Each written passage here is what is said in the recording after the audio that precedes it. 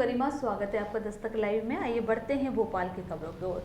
बिजली के बढ़ते दामों, निजीकरण और नकली शराब से हो रही मौतों पर कांग्रेस ने प्रदेश सरकार के खिलाफ मोर्चा खोल दिया है। कांग्रेस ने आबकारी मंत्री से इस्तीफे की मांग की है। पूर्व मंत्री जीतू पटवारी और प्रियव्रत सिंह ने प्रेस वार्ता लेकर सरकार पर जमकर हमला बोला। जीतू पटवारी ने प्रदेश की शिवराज सरकार को नकली सरकार बताते हुए मंसूर कांड पर कहा कि एक दिन में नकली जहरीली शराब से 11 लोगों की मौत हुई है। आंकड़े डिक्लेयर नहीं कर रहे हैं। इससे पहले उज्जैन में मौतें हो चुकी हैं। मंदसौर में 14 लोगों की जहरीली शराब से मौत हुई। छतरपुर में 4 लोगों की, इंदौर में जहरीली शराब बेची जा रही है। पटवारी ने कहा कि सीएम गड्ढे में गाड़ने की बात करते हैं माफियाओं को, लेकिन गड्ढे में आदिवासियों की लाश मिली। आबकारी मंत्री के गृह क्षेत्र में मौत हुई। सीएम को आबकारी मंत्री का इस्तीफा लेना चाहिए। नकली रेमडेसिविर, नकली प्लाज्मा, नकली दवाइयां, जहरीला चावल, नकली दूध, नकली घी, नकली सरकार ने लोगों की जान ले ली है। साथ ही उन्होंने कहा कि कमलनाथ सरकार ने माफिया भाग गए थे। अब जब से शिवराज सरकार आई है तब से माफियाओं की पनाह की जगह मध्य प्रदेश बन गई है। कांग्रेस ने आबकारी मंत्री के इस्तीफा की मांग की है। ढाबे पर पन्नियां जहरीली शराब मिलती है। सरकार माफियाओं से पैसा लेती है, इसलिए लोगों की जहरीली शराब से मौत होती है। वहीं प्रदेश में बिजली की स्थिति को लेकर पूर्व मंत्री प्रियव्रत सिंह ने कहा कि नकली सरकार में नकली योजना चलाने का काम सरकार कर रही है। उपभोक्ता परेशान हो रहे हैं। ट्रांसफार्मर्स को बदलने का काम हमारी सरकार में किया जाता है। आज साल तक पेमेंट करने के बाद भी ट्रांसफार्मर नहीं बदले जाते। मेंटेनेंस के नाम पर 4-4 घंटे बिजली काटी जाती है, लेकिन मेंटेनेंस के नाम पर खाना पूर्ति की जा रही है। पूर्व मंत्री ने ऊर्जा मंत्री प्रद्युमन सिंह पर तंज कसते हुए कहा कि जोंग करने से, फोटो खिंचाने से, खंबे पर चढ़ने से कुछ नहीं होता। उनको जिम की सीढ़ियां चढ़नी चाहिए, खंबे पर नहीं। मध्य प्रदेश में लाखों उपभोक्ताओं के बिजली को डिस्कनेक्ट कराए गए हैं जब तक मनमाना बिल नहीं वसूल लिया। इंदिरा ज्योति योजना में 90% रीच थी, अब 20% पहुंच गई है। पहले योजना का लाभ मिल रहा था और अब उपभोक्ता परेशान है। पत्रकार बंधु, मध्य प्रदेश में जब ये शिवराज सिंह जी की नकली हत्याई हुई सरकार बनी थी, इसने प्रदेश में एक ऐसा चलन जिसका नकली शब्द से बहुत बड़ा वास्ता हो गया, ऐसी व्यवस्था जो नकली शब्द से के आसपास इर्द गिर्द घूमती। आप देखो स्थिति क्या है। अभी भूपेंद्र भैया ने बताया कि एक ही दिन में खंडवा में, सनावद में, इंदौर में और मंदसौर में नकली शराब, जहरीली शराब, नकली और जहरीली शराब से लोग मरने लगे। इससे पहले उज्जैन से ये पूरा घटनाक्रम चालू हुआ। जब शिवराज सिंह जी की सरकार बनी तो राजेश राजौरा को कमेटी का चेयरमैन बना के जांच के लिए निर्देशित किया सरकार ने। फिर मंदसौर में कांड हुआ, फिर राजेश राजौरा। उज्जैन की कमेटी का क्या हुआ पता ही नहीं है। मैं मानता हूं कि 2 मुद्दों पे आज की प्रेस ब्रीफिंग, प्रेस से बात करने का, मध्य प्रदेश की जनता को अवगत कराने का जो मादा है, एक बिजली विभाग की भयावहता और लोगों को उससे मिलने वाली यातना है, उस पर प्रियव्रत जी आपको पूरा विस्तार से बताएंगे। और एक प्रदेश में नकली और जहरीली शराब से मरते हुए लोग। अभी मंदसौर में जहरीली शराब से 14 लोगों की मौत हुई। मुख्यमंत्री ने कहा माफिया यहां से, शराब माफिया भाग जाओ, 10 हाथ गहरे गड्ढे में गाड़ दूंगा। वो गहरा गड्ढा कहाँ है आज तक पता ही नहीं चला, और जब मिला तो आदिवासियों की लाशें मिली उसमें से। फिर उन्होंने मुरैना में, मानपुर में 27 लोगों की मौत जहरीली शराब से, नकली शराब से। फिर उसके बाद ग्वालियर में 2 लोगों की मौत। फिर भिंड में होली के समय जहरीली शराब से 7 लोगों की मौत। छतरपुर में 4 लोगों की मौत। मंदसौर में विधानसभा के अभी 11 लोगों की मौत हो गई है। 7 ऑफिशियल डिक्लेयर या 6 किए हैं, जबकि 11 लोगों की शराब से मौत हो गई। इंदौर शहर में आज ही इंदौर शहर में लाइसेंसी शराब की बोतलों में जहरीली शराब डाल के बेचने का प्रोसेस। आप देखो कि 2 लोग गंभीर हैं, 3-4 की मौत हो चुकी।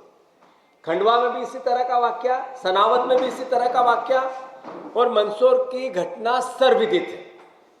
सवाल यह है कि जब लगातार जहरीली शराब, नकली शराब ढाबे पे, पान की दुकान पे, होटल पे मिलने वाली जहरीली शराब के लिए शिवराज सिंह दोषी है? नहीं है। आबकारी मंत्री के क्षेत्र में, गृह क्षेत्र में, वहां पर इतने लोगों की मौत हुई, जिम्मेवारी किसकी है? किसकी सरकार जवाबदेही किसको डालना चाहती है? मौन है। मैं समझता हूं कि आबकारी मंत्री का इसी वक्त इस्तीफा शिवराज सिंह जी ने लेना था। उसी विभाग के मंत्री के विधानसभा क्षेत्र में नकली शराब से इस तरह की लोगों की मौत, ये अपने आप में बताता है कि सरकार की लापरवाहियां कितनी है। अब आप देखो कि नकली शब्द हमने पिछले 1 साल में कितनी बार सुना। नकली शब्द हमने सुना रेमडेसिविर इंजेक्शन के नकली, इसी सरकार में बने, इसी सरकार में बिके, इसी सरकार की कार्य योजना से लोगों की मौत हुई। प्लाज्मा जो लोगों को चढ़ाते हैं वो नकली, जो उस दौर में प्लाज्मा चढ़ा वो नकली। फिर नकली दवाइयां, फेमीमैक्स, एक दवाई जो कोविड में काम आती थी वो नकली। फिर जहरीला चावल, जो मुर्गी को खिलाने वाला चावल, बालाघाट आदिवासी इलाकों में आप लोगों की खबरों का पार्ट बना था।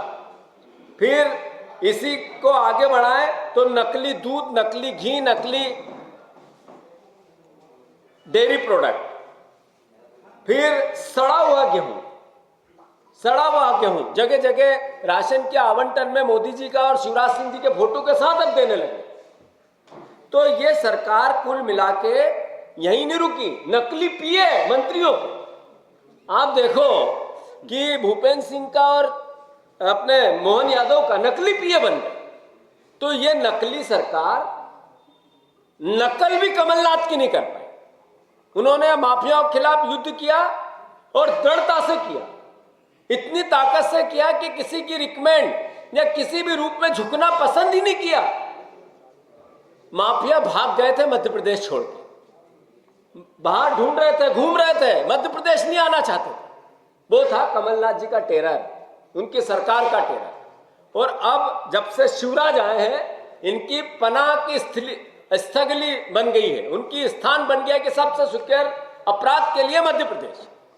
मैं मानता हूं कांग्रेस पार्टी मांग करती है कि जो राजेश राजौरा को उन्होंने उज्जैन में कमेटी का चेयरमैन बना के जांच का जुम्मा सौंपा था, उसका आज तक क्या हुआ? तो मंदसौर का सौंप दिया। पाखंड, झूठ, आंखों में किस तरीके से मिर्ची झोंकना मध्य प्रदेश की, वो कोई सिखा सकता है तो शिवराज सिंह सिखा सकते हैं। मैं मानता हूं ऐसे में आबकारी मंत्री का इस्तीफा होना चाहिए।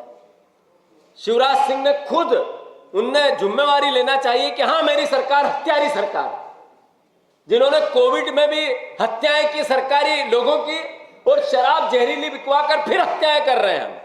इसका मतलब है कि मध्य प्रदेश की शिवराज सिंह जी की जो सरकार है, लोगों की हत्या करवाने वाली सरकार।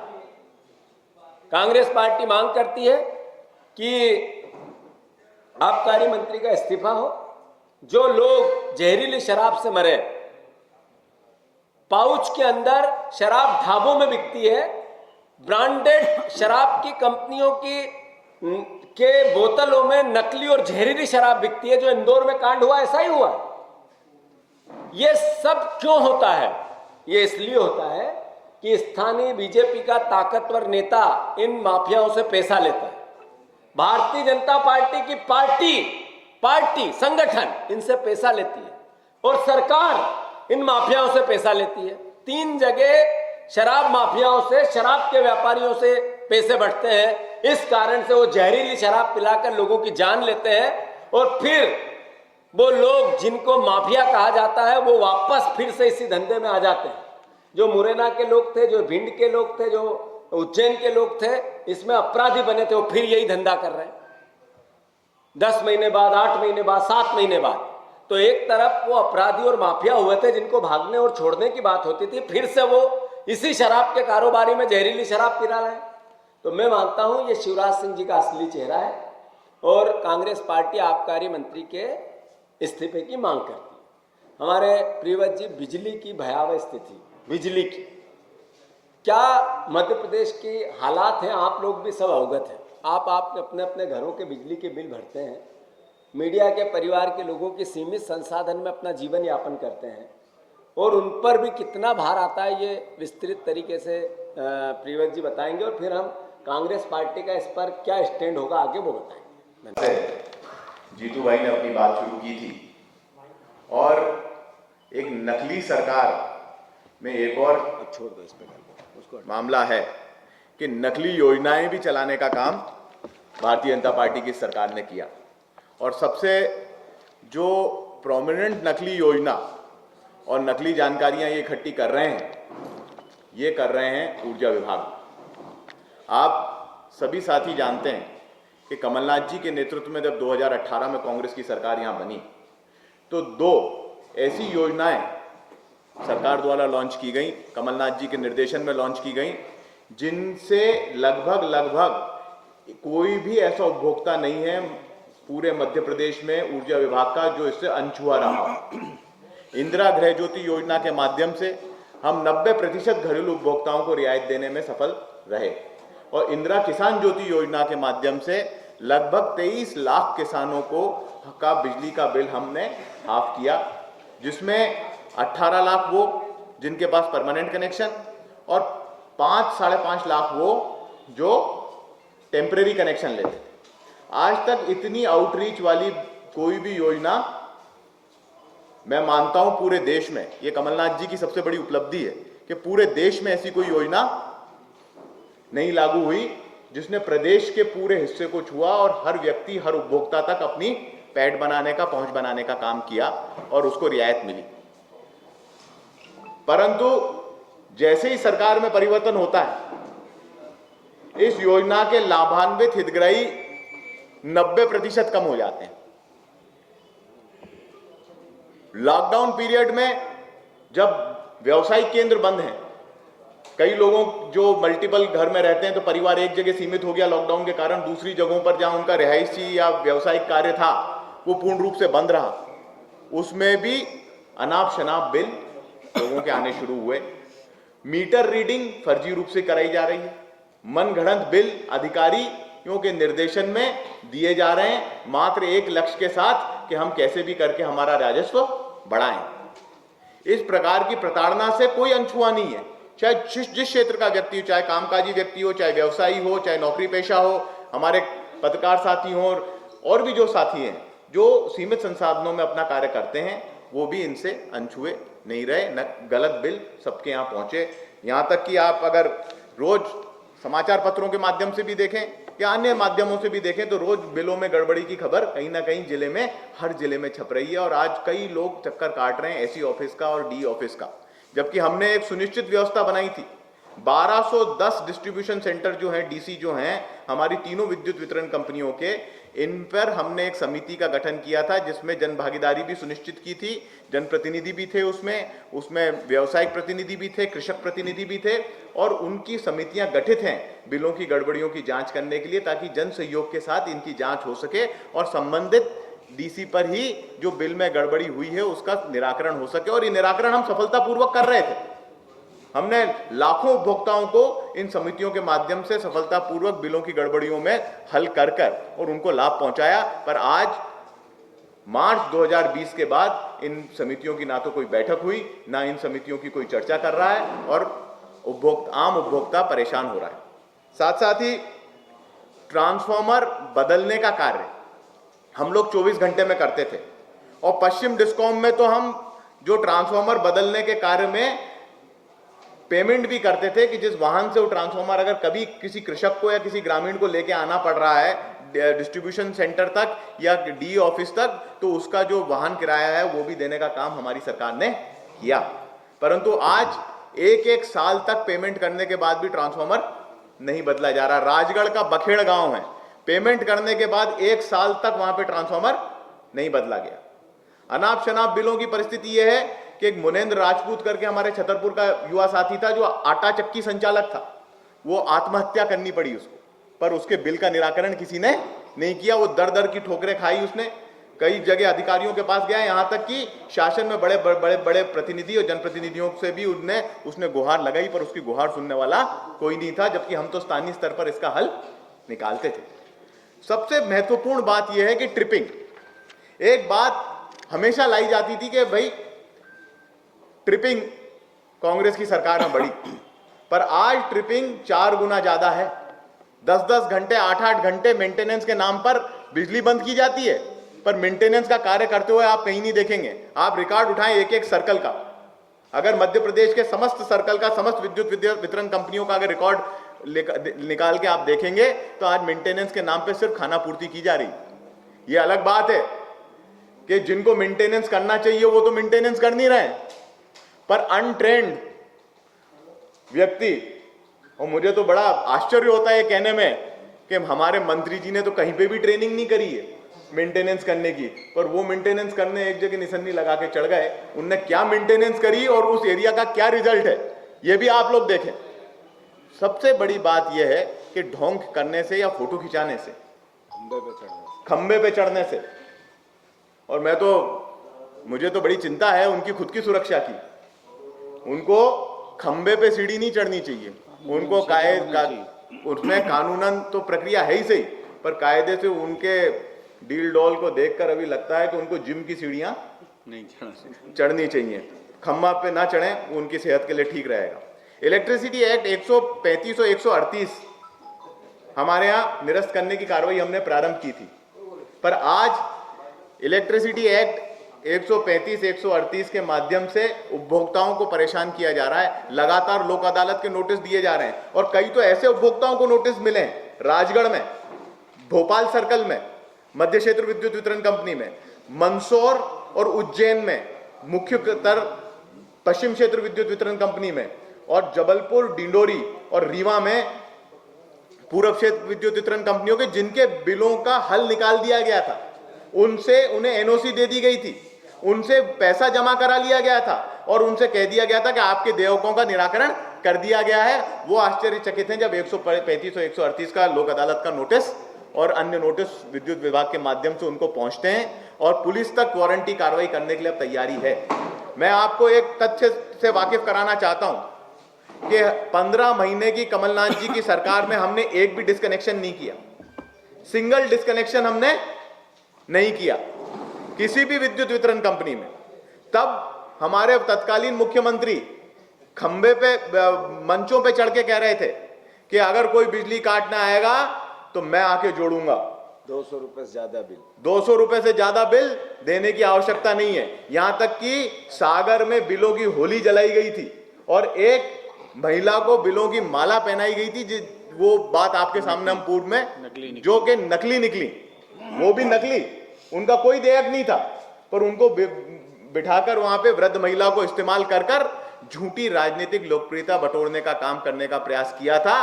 परंतु आज मैं आपको सिर्फ ये बता दूं कि मात्र मध्य प्रदेश में लाखों उपभोक्ताओं के, हमारे यहां तक कि हमारे मध्य क्षेत्र विद्युत वितरण कंपनी जो भोपाल से संचालित होती है, उसमें 5 से 7 हजार उपभोक्ताओं से ज्यादा उपभोक्ताओं के बिजली के डिस्कनेक्शन कराए गए हैं। मुख्यमंत्री की ओर वो देखते रहे, पर कोई उनकी बिजली जोड़ने नहीं आया, जब तक कि मनमाना बिल अधिकारियों ने मनमाने तरीके से उनसे वसूल नहीं कर लिया। और दूसरी, जो एक भोपाल सर्कल में ये बात ऑफिशियल है कि 42 ट्रैक्टर, 120 बाइक और 150 पानी की मोटरें मात्र भोपाल सर्कल में जब्त की गई।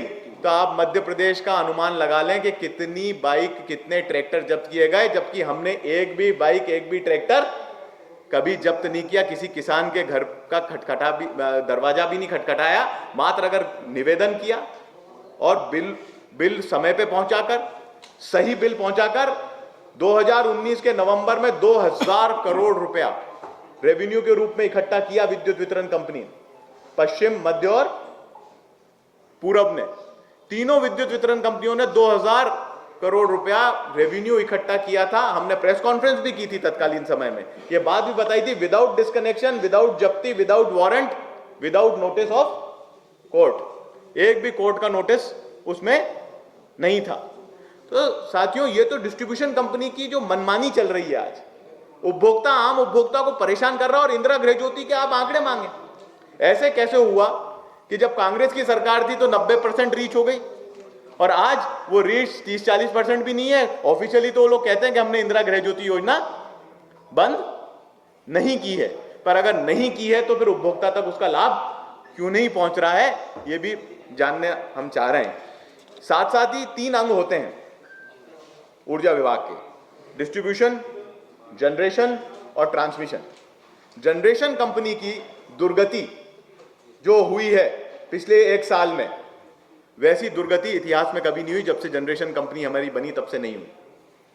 हमारे जो जल विद्युत ग्रह हैं, जो जहां से हमारा उत्पादन होता है, उसमें लगभग हमें 50 करोड़ यूनिट की हानि हुई।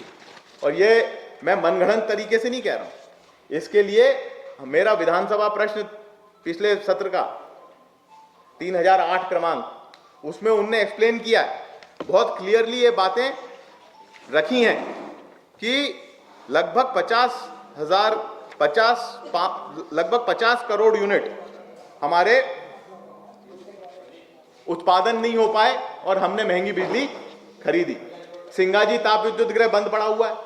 इकाई 3 और 4 लगभग अब 1 वर्ष होने आया है और सिंगाजी का हमारा ताप विद्युत गृह पूर्ण रूप से बंद हुआ है। 500 करोड़ यूनिट और 2000 करोड़ रुपए लगभग का नुकसान हमारे टोटल जनरेशन कंपनी को हुआ है। और ओवरऑल कर हमने बिजली सप्लाई की, तो ओवरऑल के कारण विद्युत वितरण कंपनियों को भी घाटे का सामना करना पड़ा है। तो ये बात हम एक जो हमारी जो जनरेशन कंपनी हमारा एसेट है, उसका मेंटेनेंस करना हम लोगों का कर्तव्य बनता है। उसके देयकों का समय पर भुगतान करना। आप प्राइवेट आईपीपी वालों को भुगतान कर रहे हैं पर अपनी जनरेशन कंपनी को डैमेज कर रहे हैं। अल्टीमेटली डैमेज कौन हो रहा है? Ultimately damage Madhya Pradesh state हो रही है, क्योंकि ये स्टेट ओन्ड कंपनी है। नुकसान किसका हो रहा है? प्राइवेट पार्टियों का आप भुगतान करें। मैं ये नहीं कह रहा हूं कि नहीं करना चाहिए, उनका भी करना जरूरी है, पर आप कम से कम इतना पैसा तो अपनी जनरेशन कंपनी को दें कि वो अपना मेंटेनेंस का कार्य कर सके। अमरकंटक का प्लांट हमारा मेंटेनेंस की आवश्यकता है। हमारे सारणी के प्लांट का हम क्लोज डाउन कर रहे हैं, यूनिट्स, नई यूनिट्स लगाने की वहां पे आवश्यकता है, वो बात नहीं हो रही है। और उसके साथ साथ लगभग